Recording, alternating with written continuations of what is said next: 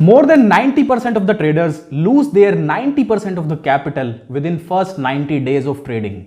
आपने भी ये कोट सुना होगा, 90% जो नए ट्रेडर्स मार्केट में आते हैं वो अपनी 90% कैपिटल पहले 90 दिनों में ही लूज कर देते हैं। अब मैं आपको एक और फैक्ट बताता हूं, 90% जो बिजनेसेस स्टार्ट होते हैं वो पहले 3 महीने में ही बंद हो जाते हैं और मोर देन 95% बिजनेसेस जो स्टार्ट होते हैं वो पहले 6 महीने से लेके पहले 1-1.5 साल के अंदर ही बंद हो जाते हैं। तो क्या करें? क्या करूं, मैं मर जाऊं? लाइफ में कभी रिस्क ना ले, कोई बिजनेस स्टार्ट ना करे, स्टॉक मार्केट में इन्वेस्ट ना करे, सिर्फ और सिर्फ जॉब पे डिपेंडेंट रहे। No, if you want to grow then you will have to take risk in life. आपको बिजनेस भी करना पड़ेगा, आपको स्टॉक मार्केट में भी इन्वेस्ट करना पड़ेगा, लेकिन इन सभी चीजों को करने का एक सही तरीका है। क्या आपने कभी सोचा है 90% ट्रेडर्स जो मार्केट में आते हैं वो फेल क्यों हो जाते हैं, वो लॉसेस क्यों करते हैं? अगर मैं आपको कहूं जितने लोग मार्केट में आते हैं, जो 90% ट्रेडर्स जो मार्केट में फेल हो जाते हैं, स्टार्टिंग में लॉसेस करते हैं, उन सब के पीछे जो रीजंस हैं, जो मिस्टेक्स हैं, सबकी गलतियां सेम है, तो आपको विश्वास होगा? 90% लोगों के फेलियर के पीछे का रीजन ये नहीं है कि स्टॉक मार्केट रिस्की है या स्टॉक मार्केट गैम्बलिंग है या फिर स्टॉक मार्केट इतनी ज्यादा मुश्किल है कि समझ ही नहीं आता कि कैसे इन्वेस्ट करना है, कहां इन्वेस्ट करना है। Then what exactly is the reason why 90% people fail to make money in stock market? And the answer is human psychology. अगर आप और मैं, अगर हम दोनों नए इन्वेस्टर आज की डेट में मार्केट में सेम टाइम में घुसेंगे तो मोस्ट लाइकली हम दोनों सेम टाइप की मिस्टेक्स करेंगे। जो मिस्टेक्स आप करोगे वही मिस्टेक्स मैं करूंगा। क्यों? क्योंकि हम दोनों को मार्केट की समझ नहीं है, हम दोनों को एक्सपीरियंस नहीं है, नॉलेज नहीं है। तो जैसे आपका दिमाग चलेगा वैसे ही मेरा दिमाग चलेगा, ठीक है? तो जो गलतियां आप करोगे वही गलतियां मैं करूंगा। और अगर आपको मैं कहूं, अगर आज की डेट में कोई इन्वेस्टर है जिसने काफी ज्यादा पैसा कमा रखा है मार्केट से, जिसने काफी करोड़ों रुपए स्टॉक मार्केट से पिछले कुछ सालों में कमाए हैं, तो अगर आपको मैं बताऊं कि जब वो मार्केट में नया आया था तो उसने भी वही सेम गलतियां करी होंगी जो आज आप करोगे। तो आज की इस वीडियो में मैं आपको बताऊंगा कि कौन सी वो गलतियां हैं जो मैंने अपने ट्रेडिंग करियर के स्टार्टिंग के डेज में करी और जिन्हें मोस्ट लाइकली आप भी करोगे अगर आप एक नए इन्वेस्टर। तो एक एक करके सारी गलतियां बताता हूं जो मैंने करी और उनसे मुझे कैसे कैसे लॉसेज हुए। और आपको रियलाइज होगा, जितने भी बिगिनर्स होते हो, अगर आपने भी अभी स्टार्ट किया या कुछ टाइम से आप ट्रेडिंग कर रहे हो, तो आपको ये रियलाइज होगा कि आप भी वही सेम मिस्टेक्स कर रहे हो। तो सबसे पहली गलती हम लोग क्या करते हैं, हम लोग मार्केट में आते ही गलत एटीट्यूड के साथ हैं। जितने भी लोग मार्केट में नए आते हैं उन सबका एटीट्यूड होता है, बॉस अपुनिच भगवान है।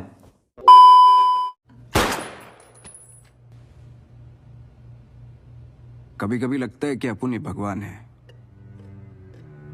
तो मैं जब मार्केट में नया आया मुझे ये लगता था कि भाई मुझे तो सब आता है, मुझे किसी से मतलब, मैं कोई न्यूज़ चैनल देखता था, कोई यूट्यूब वीडियोस देखता था, मुझे लगता था यार तुम्हारे को क्या ही आता है, तुम तो ऐसे ही ज्ञान देने के लिए बैठे हो, तुम तो यूट्यूब से पैसे कमाने के लिए बैठे हो, तुम्हें क्या पता मार्केट के बारे में क्या होता है, मार्केट में कैसे पैसे कमाए जाते हैं। तो जो नया ट्रेडर आता है मार्केट में उसका ये एटीट्यूड होता है कि भाई मुझे तो सब आता है, मुझे कुछ जानने की ज़रूरत नहीं है।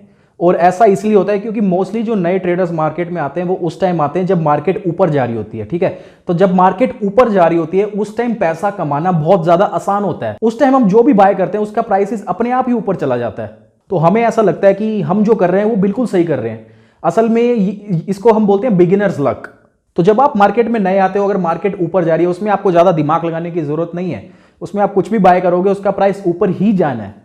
तो जो स्टार्टिंग से ये जो इजी सक्सेस, इजी मनी हमें मिल जाती है वो हमारे दिमाग में चढ़ जाती है। फिर बाद में जब मार्केट टर्न लेती है, मार्केट स्लो हो जाती है, जैसे अब 2022 में इस वक्त मार्केट ने टर्न ले लिया, 2020-21 मार्केट बहुत अच्छे से भागी। अब 2022 में पैसे इतनी इजीली नहीं बन रहे, आप जो भी बाय कर रहे हो उसका प्राइस नीचे ही आ रहा है। उस टाइम हमें रियलाइज होता है हाँ हमने कुछ गलतियां करी हैं, मार्केट में पैसा इतनी ईजिली नहीं मिलता। फिर उसके बाद जब हमें रियलाइज हो जाता है कि अब हमें थोड़ा सीखना चाहिए तो हम क्या करते हैं, हम कुछ बुक्स बाय कर लेते हैं। मैंने भी बहुत सारी बुक्स बाय करी, लेकिन क्या करते हैं हम बुक्स बाय कर लेते हैं और वो पड़ी रह जाती है, उन्हें हम कभी खोल के नहीं पढ़ते। बहुत सारे लोग तो कोर्सेज भी बाय कर लेते हैं, मैंने भी कोर्सेज बाय करे, उनकी वैलिडिटी होती है कि वो नेक्स्ट 6 महीने से लेकर 1 साल तक के लिए वैलिड है। तो हमें लगता है अभी बहुत टाइम है, हम आराम से बाद में देखेंगे। और हमारे साथ होता ही है, हमने जो भी बुक्स बाय की हैं, जो भी कोर्सेज हमने बाय किए हैं, हम उन्हें कभी खोल के ही नहीं देखते, वो ऐसे ही पड़े रह जाते हैं। तो ये एक बहुत बड़ी गलती है जो सब लोग करते हैं। हम लोग पहले सीखने की कोशिश नहीं करते कि मार्केट कैसे होती है, कैसे काम करती है। हम लोग गलत एटीट्यूड के साथ आते हैं, हमें लगता है हमें सब आता है, हमें कुछ सीखने की जरूरत नहीं है, हमें किसी की कोई बात सुनने की जरूरत नहीं है। सेकंड मिस्टेक हम लोग क्या करते हैं, जो हमारी ट्रेडिंग की बेट्स होती हैं उन्हें हम इन्वेस्टमेंट बना लेते हैं। लेट मी एक्सप्लेन, ये गलती हम कैसे करते हैं। हम लोग क्या करते हैं, हम कोई भी स्टॉक बाय करते हैं। मान लीजिए आज हमने XYZ कोई भी स्टॉक बाय किया जिसका प्राइस 100 रुपीज पे है, ठीक है। तो नेक्स्ट कुछ दिनों के बाद अगर उसका प्राइस 102 हो गया, 103 हो गया, 104 हो गया, तो 2-3-4 रुपए के प्रॉफिट में हम उसको फटाफट बेच देते हैं। तो ये गलत नहीं है, 2-3-4 रुपए का प्रॉफिट। मैं ये नहीं कह रहा कि छोटे प्रॉफिट के लिए मत जाओ, छोटे प्रॉफिट के लिए जाओ, लेकिन अगर ट्रेड आपके अगेंस्ट चली जाती है, वही स्टॉक जो आपने 100 में बाय किया है अगर वो गिरने लग जाता है, वो 95 आता है, 90 आता है, 80 आता है, 70 आता है, 60 आता है, तो आप उसको लेके बैठे रह जाते हो। चाहे वो 3-4 साल भी नीचे गिरे रह जाएगा, आप उसको सेल नहीं करोगे, ठीक है। तो अगर प्रॉफिट हुआ तो वो तो बहुत छोटा हुआ, आपने 2-3 रुपए के प्रॉफिट के लिए हर बार बेच दिया। और जब लॉस हो रहा है वो इतना बड़ा बड़ा हो रहा है, 30 रुपए का लॉस हो रहा है, 40 का लॉस हो रहा है, तो इससे आपको क्या समझ आया कि आपके जो प्रॉफिट्स हैं वो छोटे हो रहे हैं और लॉसेस जो हो रहे हैं वो बड़े हो रहे हैं, ठीक है। ये गलती हर ट्रेडर, हर इन्वेस्टर, हर नया इंसान जो स्टॉक मार्केट में आएगा वो ये गलती करेगा ही करेगा। छोटा सा प्रॉफिट दिखते ही फटाफट बेच देगा और जब गिरने शुरू होगा तो उसको लेके बैठा रह जाएगा।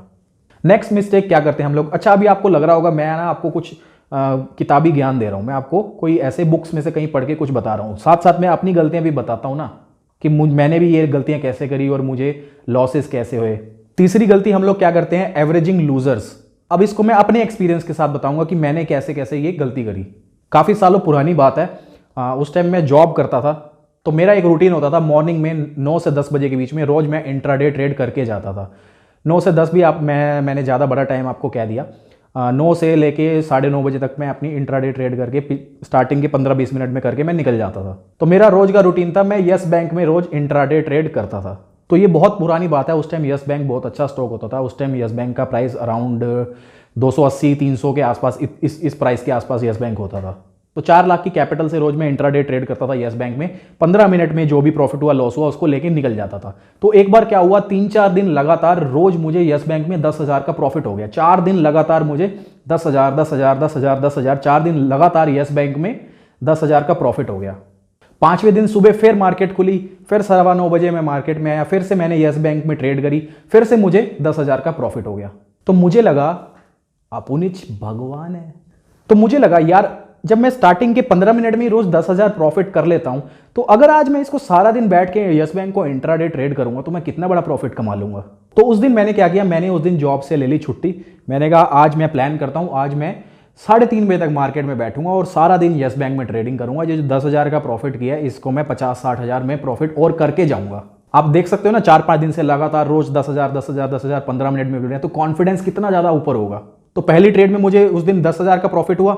तो उसके बाद मैंने क्या किया, कंप्यूटर बंद कर दिया, मैं गया आराम से नहाने गया, फिर मैंने ब्रेकफास्ट किया, मैं तैयार हो गया, फिर से वापस मैं 10:30-11 बजे फिर से मार्केट में आके बैठ गया लैपटॉप खोल के कि आज तो छुट्टी है, आज मैं ऑफिस नहीं जाना, आज सारा दिन यस बैंक में ट्रेडिंग करनी है। तो उसके बाद क्या हुआ, यस बैंक गिरता गया और मैं उसको बाय करता गया।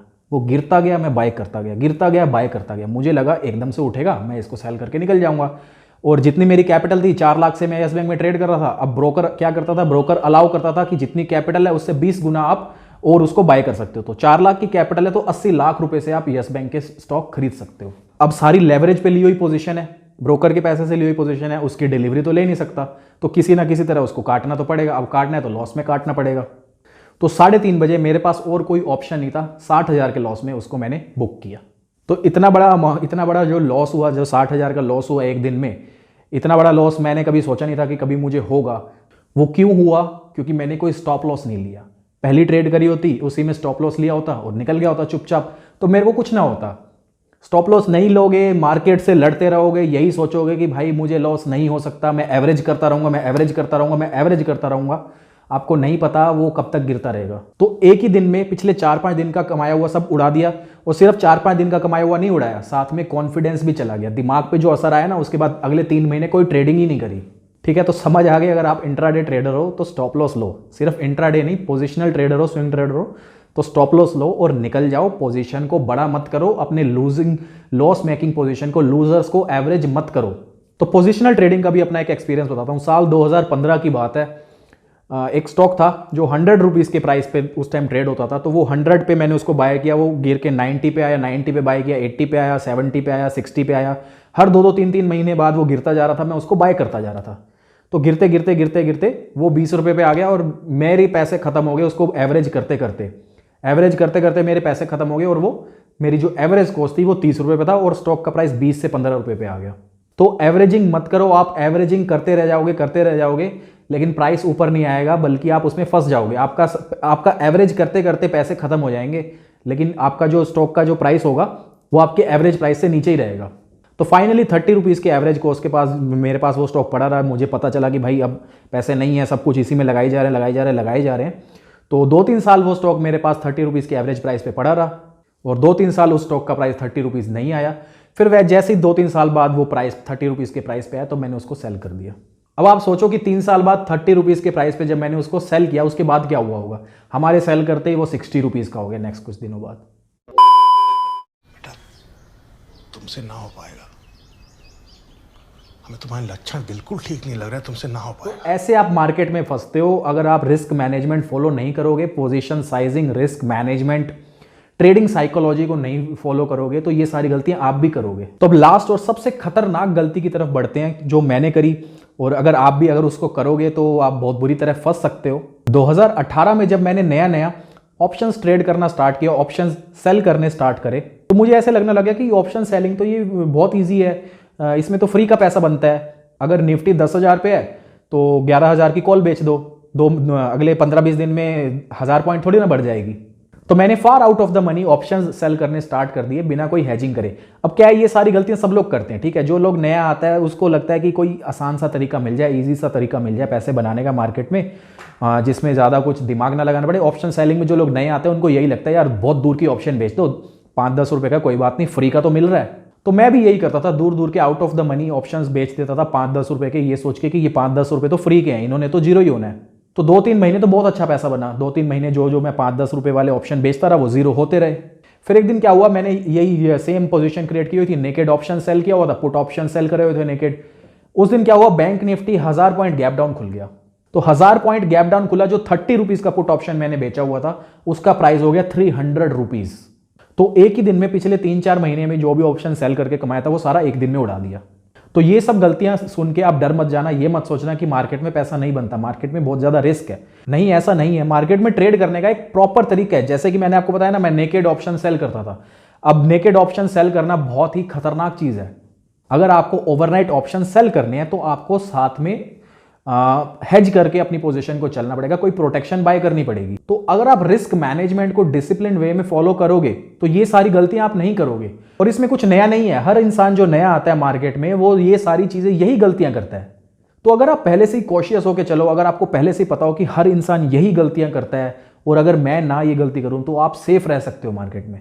तो गाइज ये थी मेरे एक्सपीरियंस, ये थी मेरी गलतियां जो मैंने करी और जो हर इंसान करता है मार्केट में आके। हिट द लाइक बटन अगर आपको वीडियो पसंद आई हो। कोई भी सजेशन हो, कोई भी फीडबैक हो तो आप कमेंट करके मुझे जरूर बताना। नेक्स्ट वीडियो में मिलेंगे। Till then keep learning, keep growing, keep trading. Bye bye.